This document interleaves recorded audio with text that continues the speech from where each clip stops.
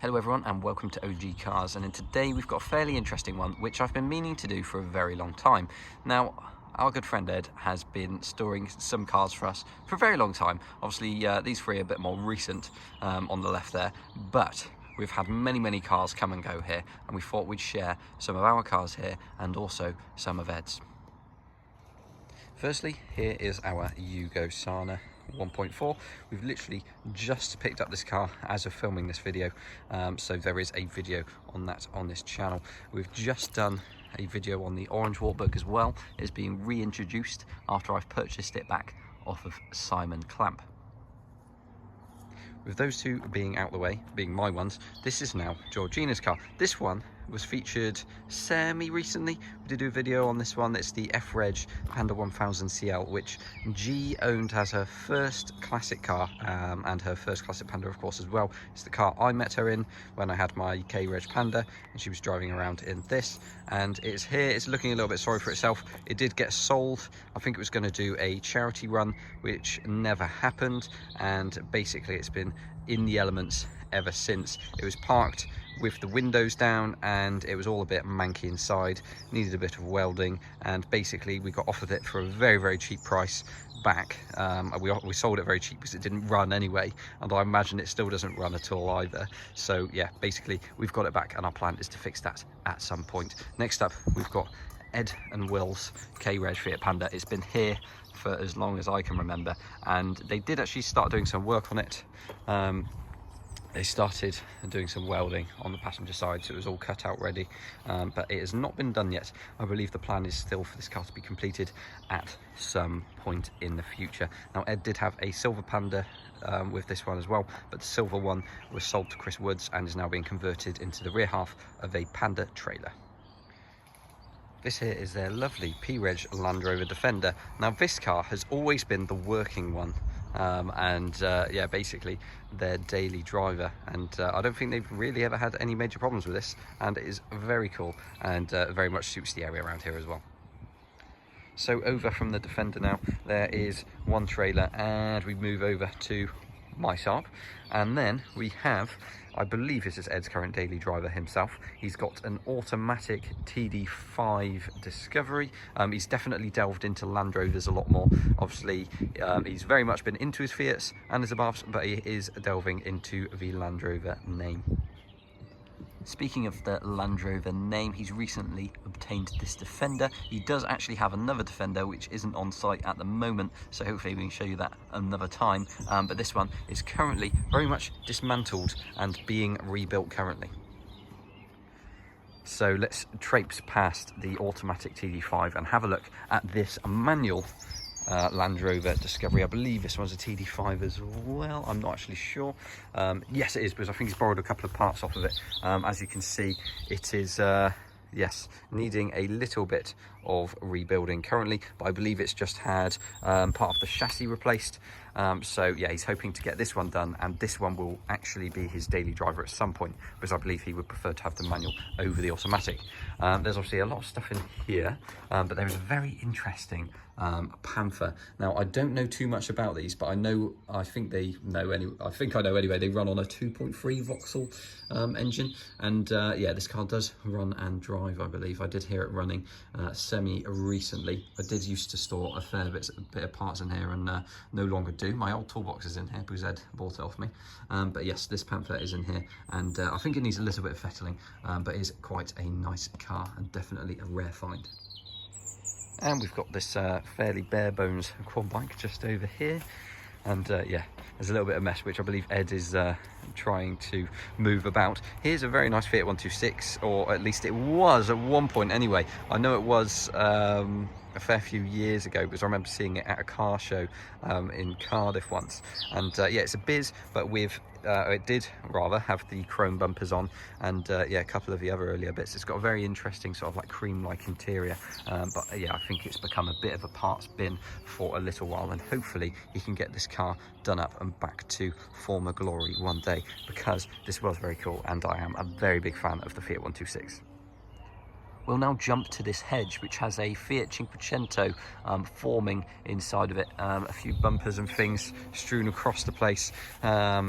And yeah, there's that Panda, the silver one I was talking about. There's the bonnet off of it.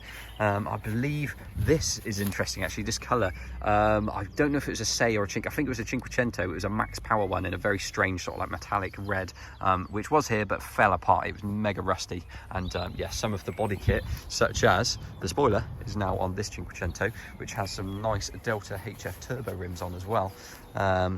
Yeah, this car has seen better days, unfortunately. The plan was to make it a bit of a racer, but unfortunately it's been left here for quite a while and does have a fair bit of extensive rust in the usual areas. So I'm not sure what the plan is with this car, but it's certainly interesting to see.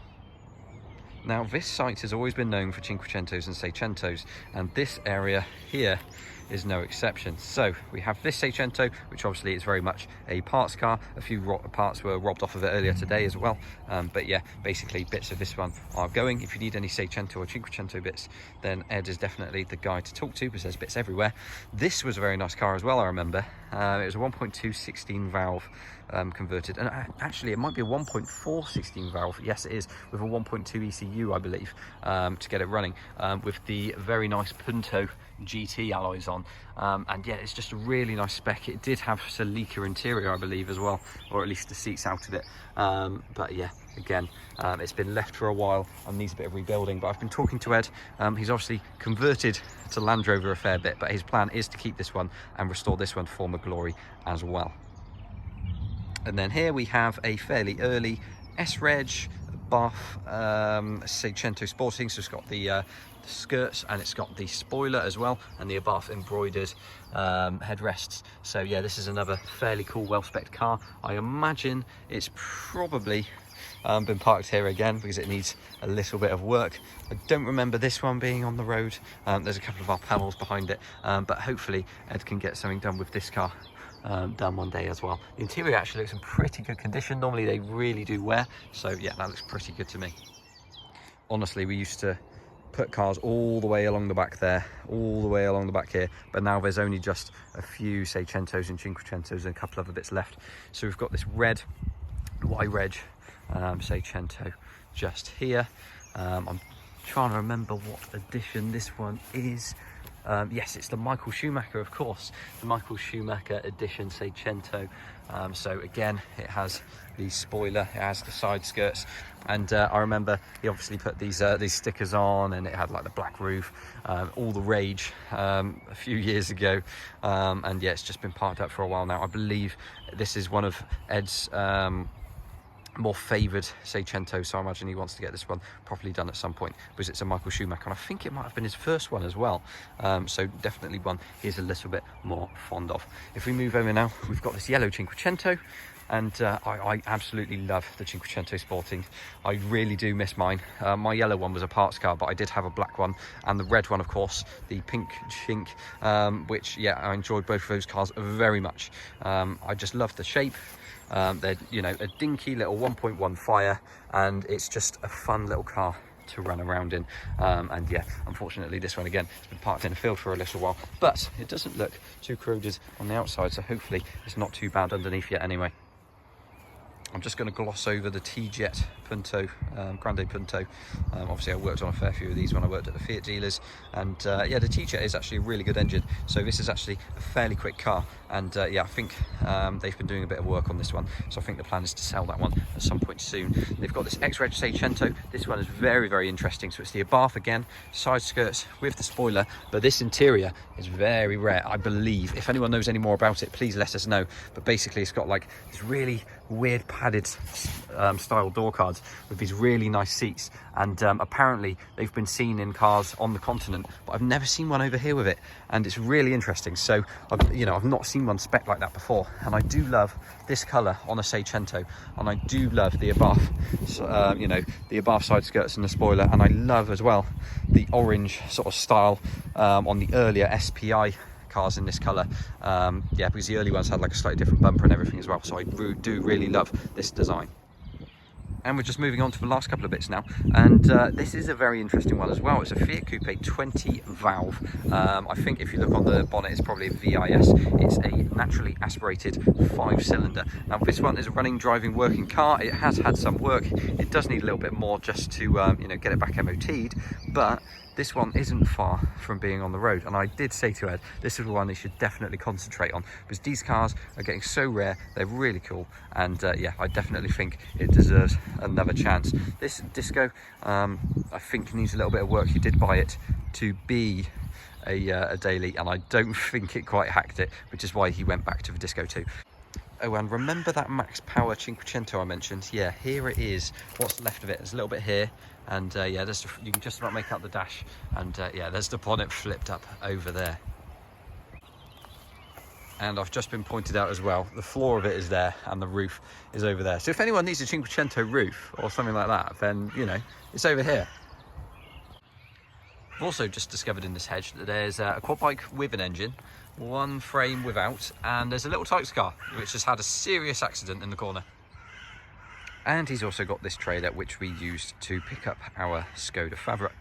So that just about wraps up all of the interesting stuff over here at the moment. I really hope you've enjoyed looking around some of this stuff with me. I find it really interesting going around all of the stuff and having a look at it again, because every time it's just interesting to, you know, look at something a little bit different. And obviously some of these things here do come and go, but a lot of them have been here for a fair while. So I think Ed is thinking of having a little bit of a clear out, and some of the stuff has gone already, hence why I wanted to get a video done before things do fly away. But yeah, we hope you've enjoyed this video, guys. Like, comment and subscribe, and we shall see you all in the next one.